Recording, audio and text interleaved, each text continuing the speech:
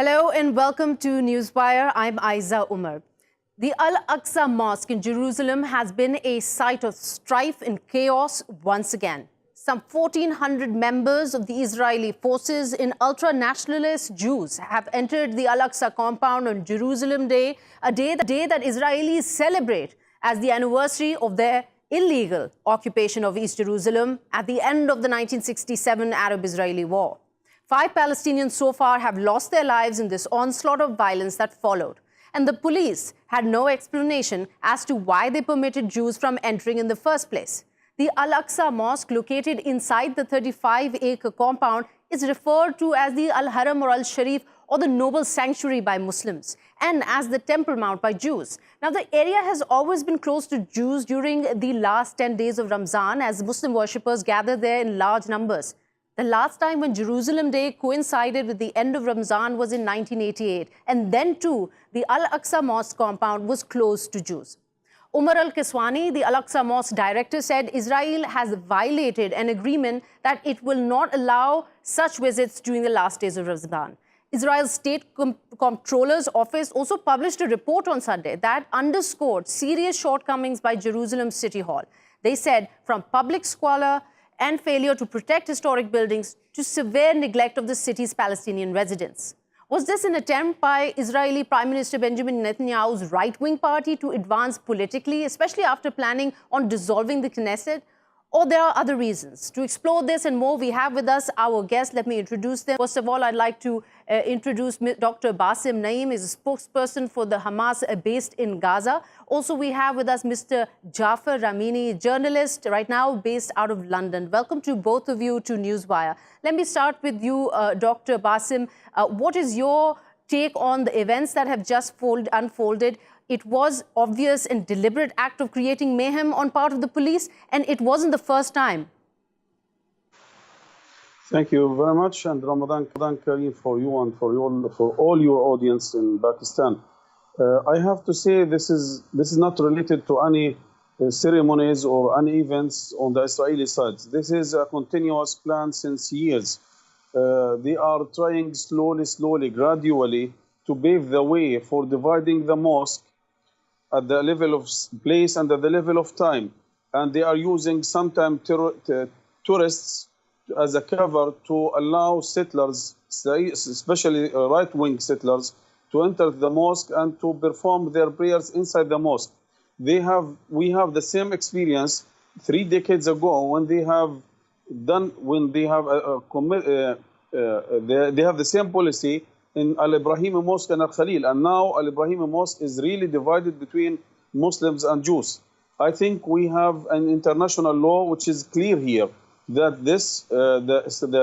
the Jews have nothing to search here in Al-Aqsa Mosque and in Al-Aqsa compounds. But despite of this, they are not respecting the status quo. They are not respecting the international law. What happened in the last few days was clearly that they were provocated by seeing around 500,000 Palestinians from everywhere performing their prayers at Laylatul Qadr and other holy days and holy times at the end of Ramadan. This was a clear message that Palestinians will not accept the Israeli plans to divide the mosque or to take any inch out of this mosque for the Israeli or for the Jewish plans. Right.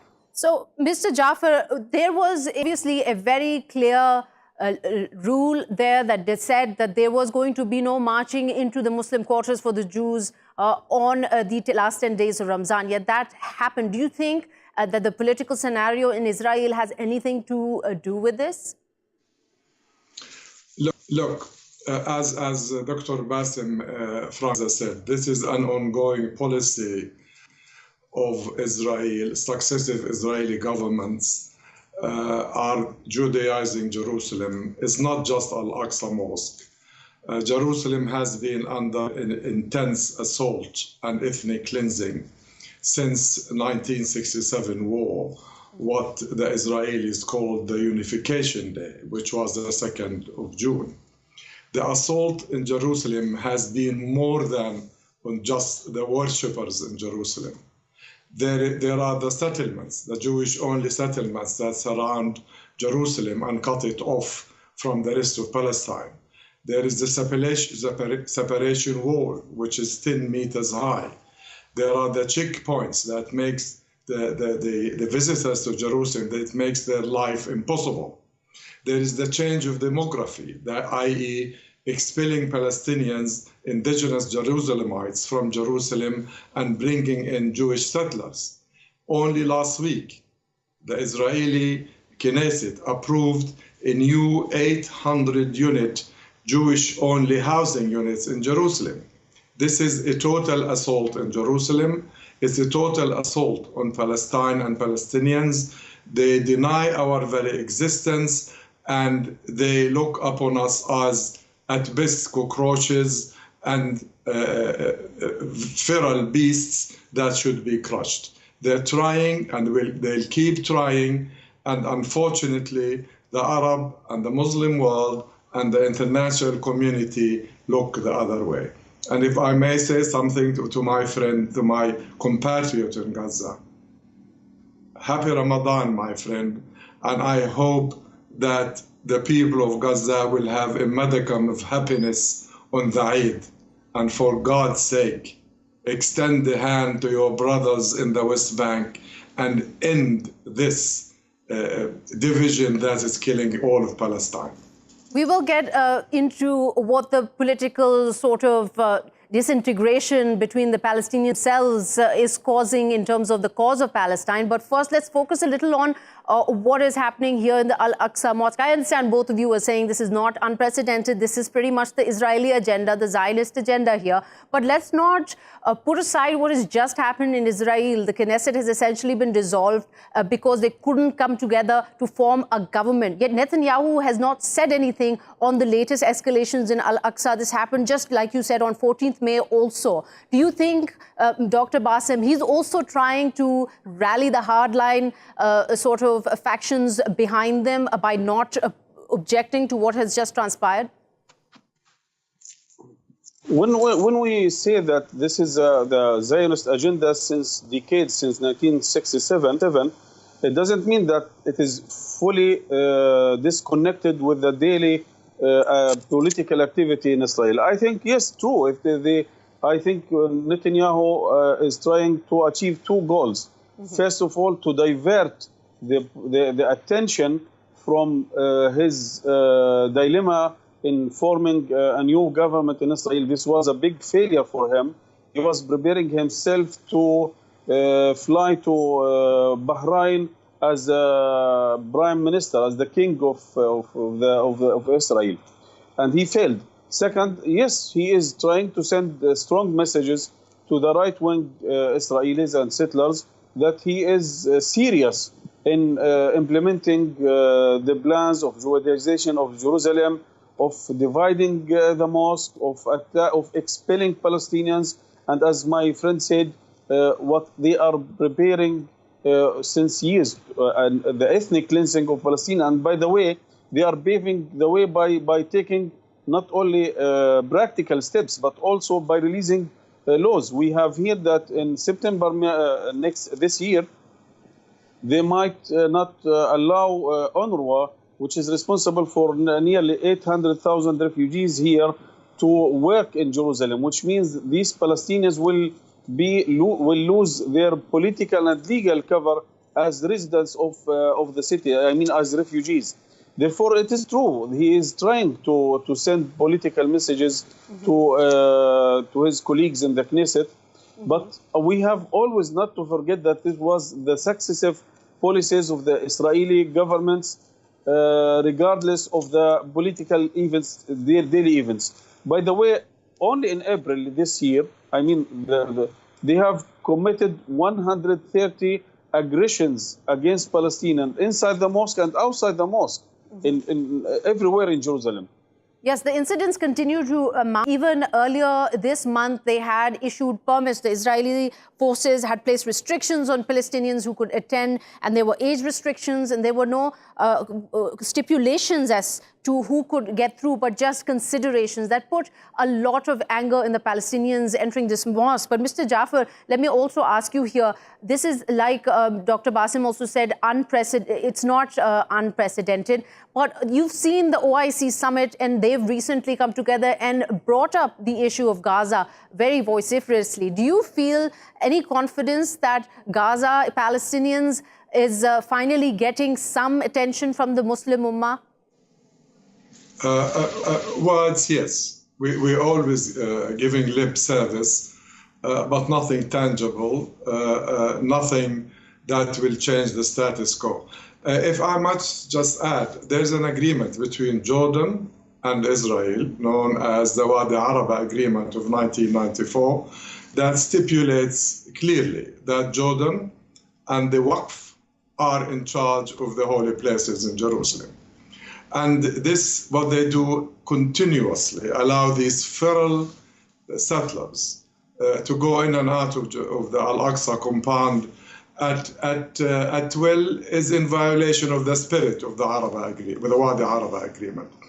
What the Muslim and Arab Ummah is doing by meeting in Mecca is not to come to the rescue of Palestine or Jerusalem or Al-Aqsa Mosque.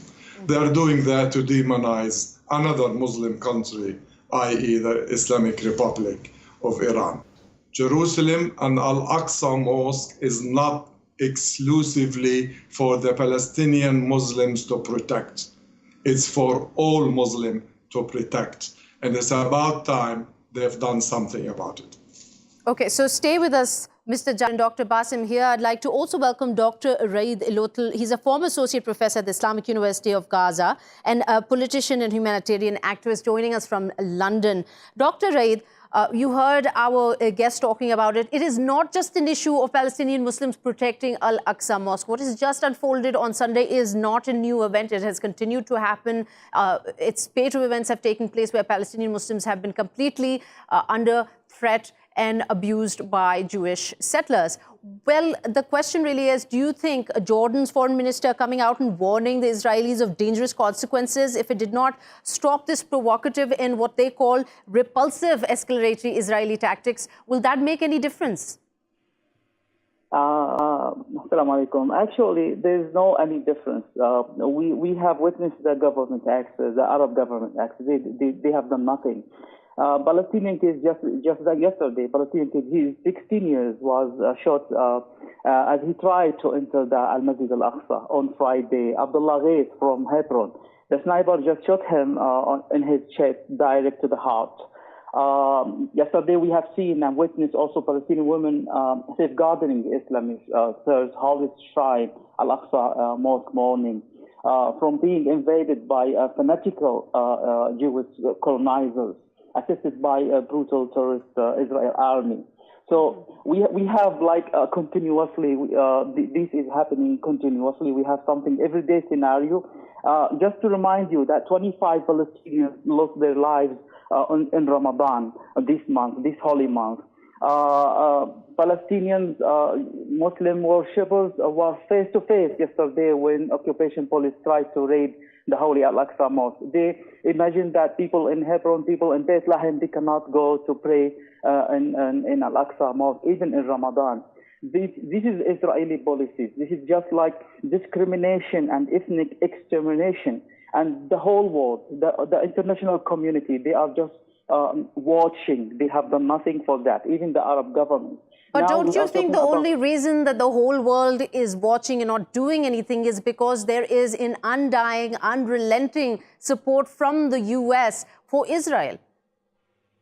Yes, exactly. We have this issue. We have like US, Israel, and some Arab countries. They are allied together against the Palestinian issue, the Palestinian case. So without the Arab support, without the government support, without the international community to act immediately, we cannot stop this. Look at Gaza now. Gaza under the siege from 2006. People are dying every day in Gaza because they don't have medication. They cannot go to further their education outside. They can't travel. people dying because of the cancer, because of limitation of, because of polluted water. According to the UN report in 2020, people in Gaza, they will not find any drinkable water. The pollution everywhere in Gaza. So the international community has to act. People, government in Pakistan, government in India, government everywhere, they have to act immediately. They have to influence the international force, US, Israel. Well, that's a government. good point. It's something that activists have been saying all across the board, all across the world. But Dr. Bassem, here, I think you're able to answer this better. How is the Muslim Ummah supposed to come together when within itself there are so many factions? Let's just look at the Palestinian Authority, how Hamas, the Palestinian Islamic Jihad, the Palestinian Authority can't come on the same page. How can there be peace when their own are divided? First of all, we have said it many times with you and with other TVs that we consider this division is a harmful thing for our cause, and we have to do our maximum to end this division as soon as possible. But at the same time, this is not an excuse for the Arabs or Muslims not to take actions to stop these continuous But what is the aggressions. reason for Hamas and the PA not coming together on this? Let's separate the rest of the Muslims right now and just focus on how to close those divisions within its own political factions. And first of all, this needs really very much longer time to talk about.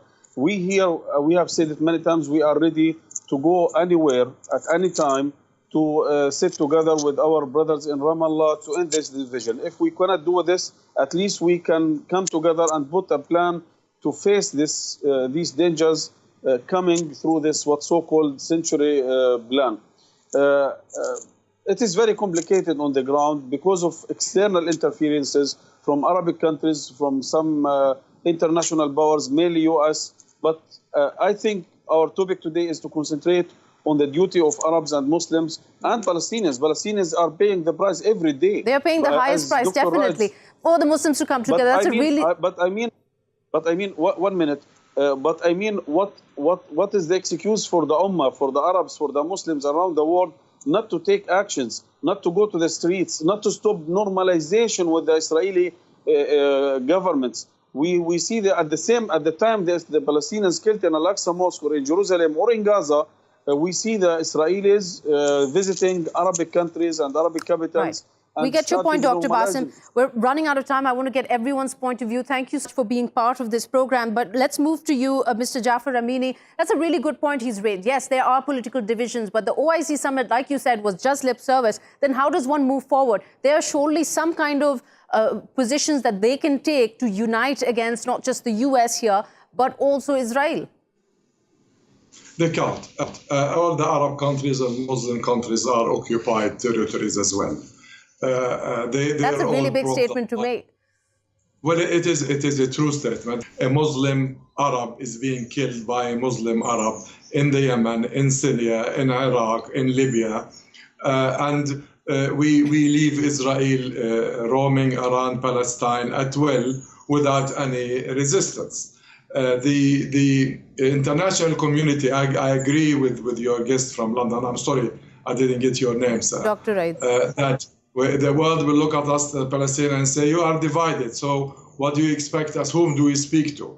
And one correction, if I may, please. The division is not between Hamas and the PA. The division is between Fatah and Hamas. I'm a Palestinian. I'm a Muslim. I'm non-partisan. And I put Jerusalem and Palestine before any religion, before any affiliation to any country in the world. And the sooner we, the Palestinians, put our house in order, the better.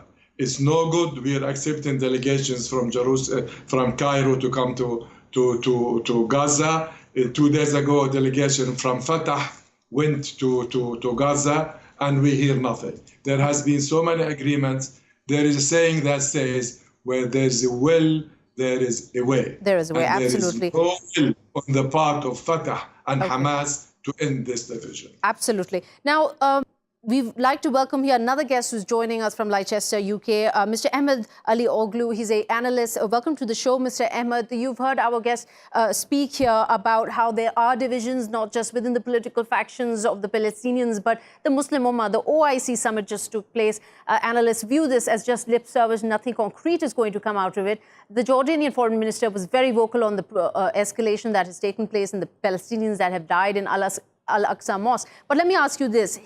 Jordan's anger towards Israel right now could also be reflective of the fact that they've been pretty much kept out of Jared Kushner's economic and peace plan for Israel and Palestine that essentially also includes maybe Al-Aqsa Mosque coming under the authority of Israel? Well, the situation is absolutely sophisticated. Now the OIC, as you've alluded in your question, is presided by the Saudis, and it seems from their track record that they're willing to give serious concessions to the Israelis and the Americans in order to combat or help them combat Iran hegemony in the region. So the cost of the price that the Palestinians will be paying is very high in terms of the deal.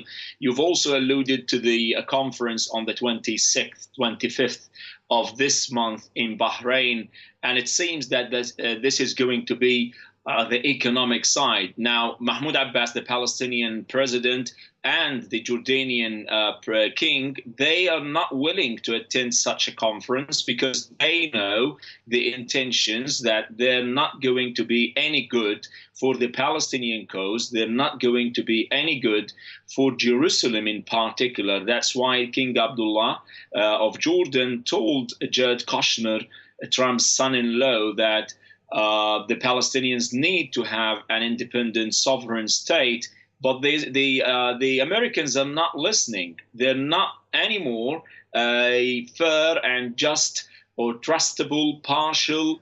Well, important point you've raised here that it might become a recognized territory of Israel is surely a very contentious issue that could blow up and might bring the Muslim Ummah together. Dr. Raeed, did you have any hopes that some extreme event like that, even though the international law, the international community does not recognize East Jerusalem, does not recognize West Bank as anything but occupied territories, but do you think that this could possibly happen? Actually, let's talk about the division first. The division, I believe the division between Hamas and Fatah is not the cause, it's not the main reason. Division is just an international decision. Hamas and Fatah, they have been divided on 2006. What about before 2006? We have never been okay, even from 1948.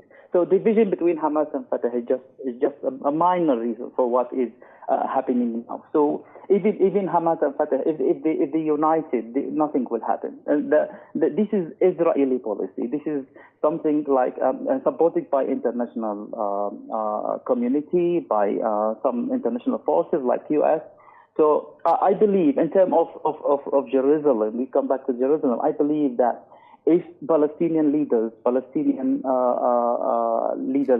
the ground, right, if they refuse the plan for to recognize Jerusalem as one state of Israel, as a capital of Israel, nothing will happen. But Jerusalem will stay as the capital of Palestine. I'm sorry, I'm going to interrupt you, Dr. Raeed, here. I just want to quickly clarify one point. You mentioned that even if Fatah and Hamas come together, nothing is going to happen here. But you did hear them basically reject the Kushner plan, saying that we don't want to have anything to do with it because there's already a bias towards Palestine.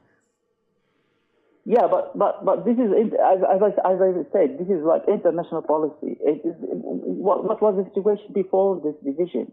The same invasion every 2 years, intifada, discrimination, ethnic extermination, the same situation. So even they unite, unity is an international decision. They cannot. It's not their decision. It's not Hamas to decide. Okay, we come back. We are going to deny. It's not Fatah to decide about this unity. This is international decision, and Hamas and Fatah just tools on the ground. They just like everybody has his benefit. This is benefit policy. Come with intercourse with the international benefits, the international force, the support for Israel. So nothing to do with the invasion, with the division. So this is why when we talk about the division, it's like the hunger. Like some Arab countries, some Arab governments, they say, okay, Hamas and Fatah are divided, we cannot do anything. Unite first, then we can act. But this is a lie. It's a big lie. Nothing to do with the division. Then what are the facts? This is something out of their control. Then what is the reality? If you could summarize for us, Dr. Raeed, what are you trying to get at? What I'm trying to say is this is Israeli policy from 1948 to discriminate, to exterminate the Palestinian from there, to uproot. You know, I have read some reports today. In just one area in Wadi Kana, they are not just uprooted the only people, Palestinian people. They also uprooted the trees, the olive trees. They uprooted about no, but that, Dr. Raeed, that's not on debate right now. What the Israeli agenda is, this is something that we obviously know. The entire history since 1967 has been on the same track, to divide and conquer and rule and essentially get rid of the Palestinian settlement. What the question really is that if they can, the Muslim community, if the political factions can't unite, can the Muslim community unite? Let me ask you this, Mr. Jafar. When King Salman Abdulaziz in the OIC came out and gave this statement that the Palestinian cause represents a core issue for the body and that the kingdom refuses any measures that touch the historical and legal position of East Jerusalem. Does that mean anything in terms of maybe there is going to be a change and there is going to be Muslim unity behind this? It means nothing. Look, I was just to tell you, Ahmad, who was talking before me. What do you mean the division doesn't play into the hands of Israel? Haven't you heard of the saying that a house divided is a house easily conquered? The Arab world have abandoned Palestine for a long time. The PLO has done a lot of mistakes wherever they found themselves, in Jordan or in Lebanon or in Tunis. And since the creation of the puppet state, the PA, which I have always called as a subcontractor to the occupation, the division within the Palestinian house has enlarged. There was no Hamas before 1987 because the PLO was united, the Arab world were behind the PLO, and then Yasser Arafat, God bless his soul, decided in 1974 to exchange the gun for the olive branch.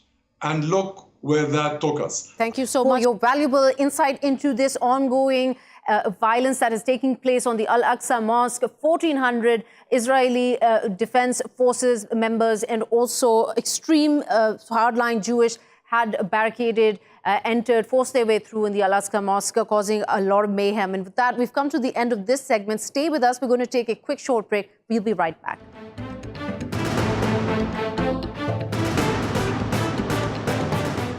Welcome back to Newswire. I'm Ayza Omar. Now, Prime Minister of Pakistan Imran Khan delivered his maiden speech at the 14th Organization of Islamic Cooperation Summit. The OIC met Saudi Arabia right after two emergency meetings that took place of Arab countries in Mecca over Iran's influence in Syria, Iraq, and Lebanon. What was also discussed among the Muslim leaders was a spike in tensions in the Persian Gulf, the Palestinian statehood, the plight of Rohingya Muslims, and the growing threat of Islamophobia across the world. Let's talk to our panel of experts and analysts on their take on the 14th OIC summit. We have with us Mr. Shahid Karim, a former ambassador to Saudi Arabia. Also on the line, we have the former ambassador is Mr. Zamir Akram with us. Welcome to Newswire. I'd like to start with you, Mr. Shahid, if I may. For some analysts, one way to read the Makkah summit is playing lip service to the Palestinian cause and the Jerusalem issue without doing anything. Do you agree? To quite some extent, I do agree with this thing because this hearing Imran Khan, I was really impressed. Why? Because I have attended a number of OIC meetings. But at the same time, foreign affairs, foreign ministers level I had attended was two. But never a summit where the head of the state was present or a prime minister was present.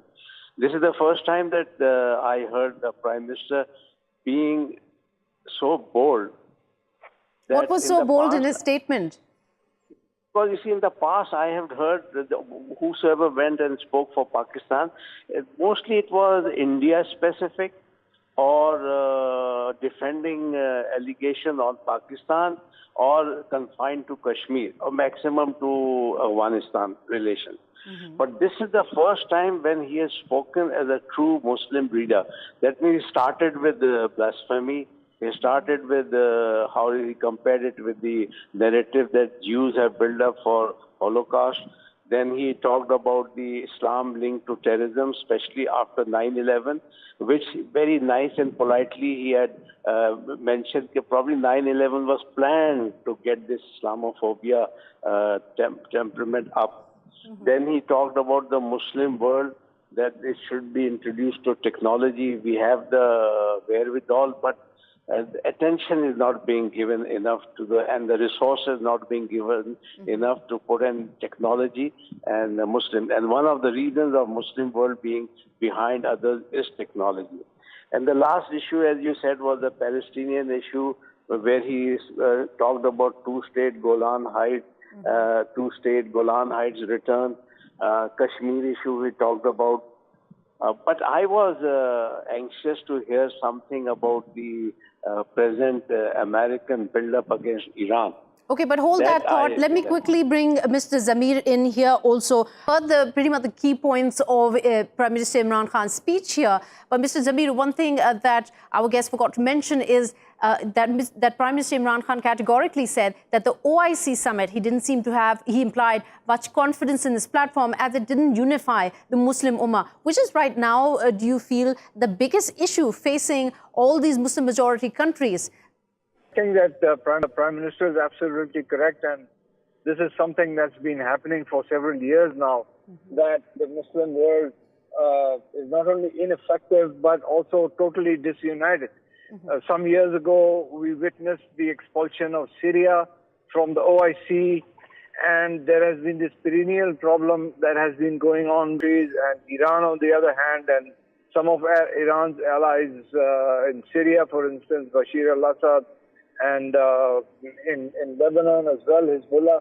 So these are real issues which are undermining the ability of the OIC to really make a difference and to address some of the key issues that affect the Muslim world, like the Palestinian problem or the Kashmir dispute.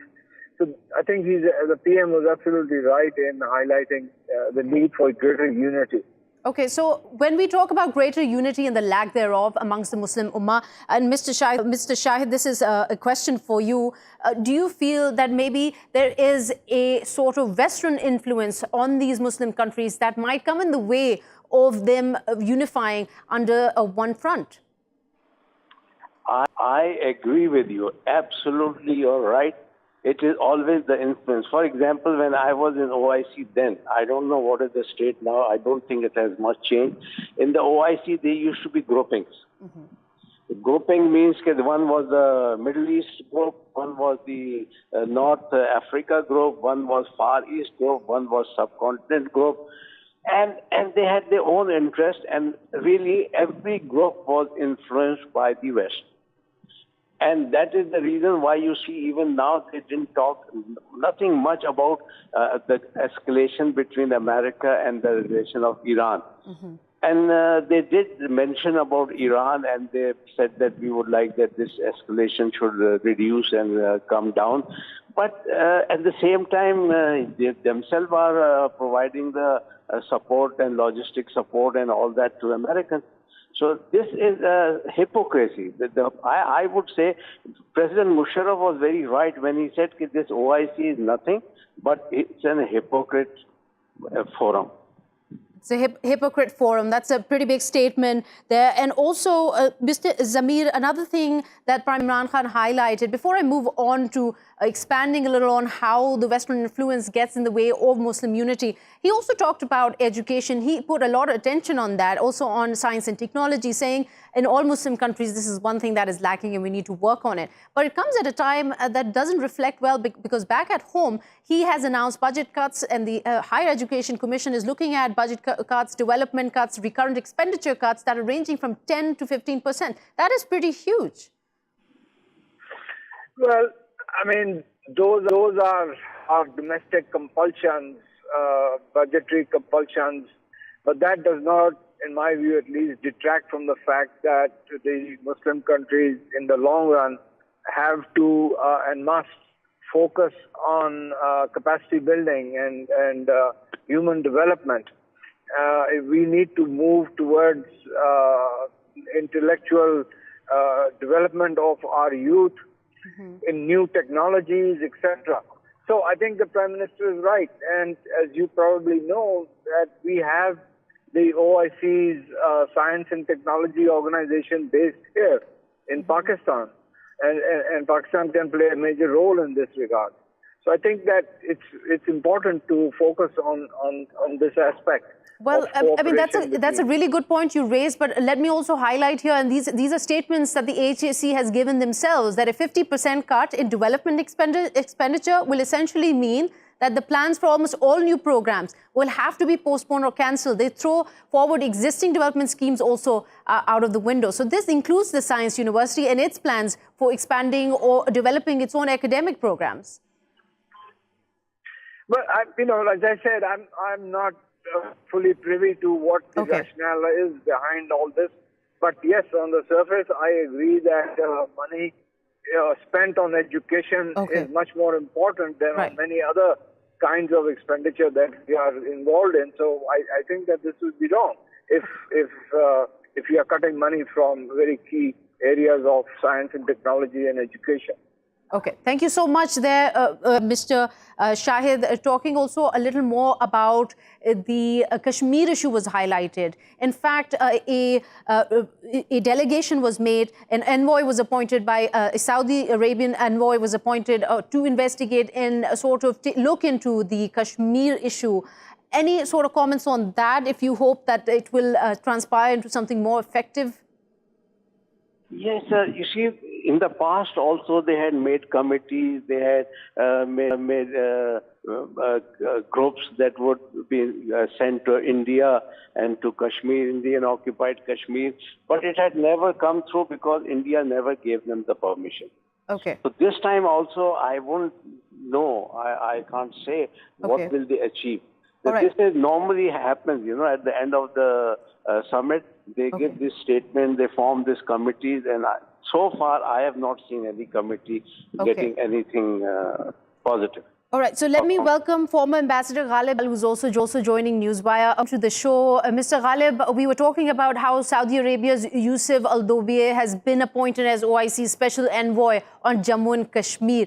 And this is when they have all been reiterating support for the legitimate right of self-determination of Kashmiri people according to the UN resolutions. My question essentially to you is, do you feel that there is any hope with the new envoy in place, considering that bilateral trade between Riyadh and New Delhi currently stands at $28 billion? I believe that the initiative is good, but the backing behind this initiative is probably not that strong that it would yield any positive results for the people of Kashmir and for the peace in the region, because OIC over the years has not been able to evolve itself in the way that it should have been. It hasn't gathered that strength whereby they can call the shots in the world. They have not been able to direct the course of events and international politics in a way that they should have been. So Kashmir, I think, optically, probably this is going to be okay, but I do not see that there is going to be any positive result coming out of the whole thing. So the question of Muslim unity was raised by Prime Minister Imran Khan. He highlighted that this forum needs to do more and can do more. How would you see the OIC strengthening its position on global political stage, and what measures could be taken to strengthen its position? I think primarily the first thing is that we need to understand that the Muslim Ummah should work as a bloc. It should have one common goal. And the goal should be to ensure that the people living in the Muslim countries are educated well, trained well, and they are able to compete with the international market all over, so that economically, barring the oil produced by the Muslim countries, they should be able to compete in the world with the Western countries also. Number two, Pakistan and the Islamic Ummah, they need to understand one thing very clearly, that without a strong military force, they will not be able to call the shots in international politics.